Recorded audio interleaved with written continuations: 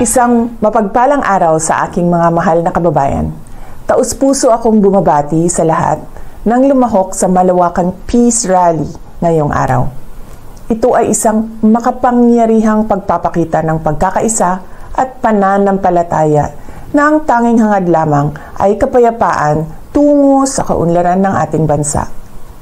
Nagpapasalamat ako sa ating mga kapatid sa Iglesia ni Cristo sa inyong patuloy na pagsisikap na maghatid ng pagkakaunawaan at pagkakaisa sa ating mga kababayan. Sa gitna ng tumataas na presyo ng bilihin, kahirapan, at iba pang suliranin, ang isang mapayapa at nagkakaisang Pilipinas ay hindi kailanman matitinag at paulit-ulit na aahon sa gitna ng hamon ng panahon.